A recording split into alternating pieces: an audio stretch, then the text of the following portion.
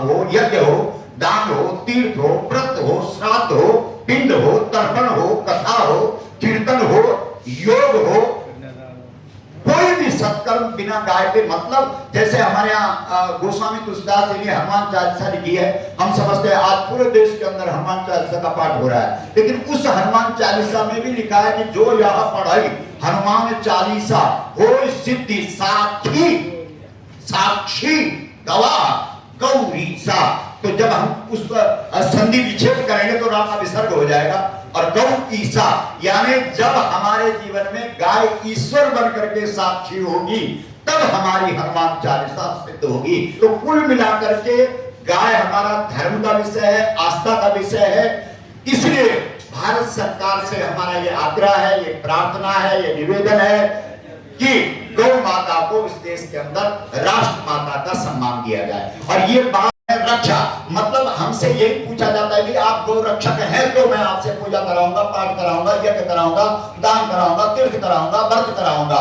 तो गोत्र पूछा जाता है और तिथि का हिसाब है। इसलिए हमने गोपाष्टमी जो इस बार 20 नवंबर को कर रही है और उस दिन गौ माता को राष्ट्र माता का सम्मान मिले, इसके लिए संपूर्ण देश से जो गौ भक्त हैं वो एकत्रित हो रहे हैं, हर राज्य से लोग आ रहे हैं और हम भारत सरकार के सामने ये अपनी प्रार्थना मां विनम्रता के साथ रखना चाहते हैं। और आपको मालूम होगा कि पहले भी 3 बार हम दिल्ली में आ चुके हैं और इस देश के 29 राज्यों की राजधानियों में जा करके हमने रैलियां निकाली और आंदोलन किए और वहां की सरकारों को भी मांग पत्र दिए और इस देश के प्रत्येक जनपद में जाकर के 676 जिलों में जाकर के हमने इस बात को रखा।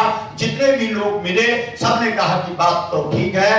तो हमने कहा बात ठीक है तो ये बात तो इस देश में तभी ठीक मानी जाएगी जब शासन के द्वारा और सरकारों के द्वारा इस देश के अंदर गौ माता को राष्ट्र माता का सम्मान मिले। ये संदेश 57 से देश की अपने आप में पूरी इतिहास में और हर परिदृश्य में दिखाई देता है।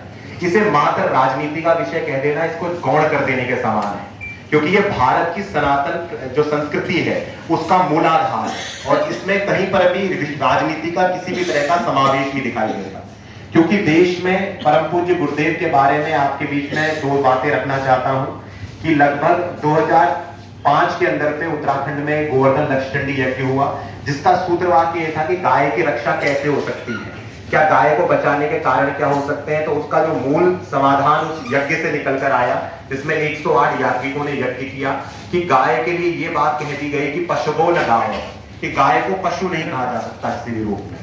इस सूत्र वाक्य के साथ इस देश में ग्रंथ की उत्पत्ति हुई जिसे कहा गया धेनु मानस सदग्रंथ, जो परम पूज्य गुरुदेव ही जिसके रचयिता हैं। और उनकी से जो धेनु मानस सदग्रंथ है साथियों, इसको भारत का जो संस्कृति मंत्रालय है उसने संस्कृति मनीषी का सम्मान इसके लिए परम पूज्य गुरुदेव को दे रखा है और ये काशी विद्वत परिषद से भी पूरी तरह से मान्यता प्राप्त है।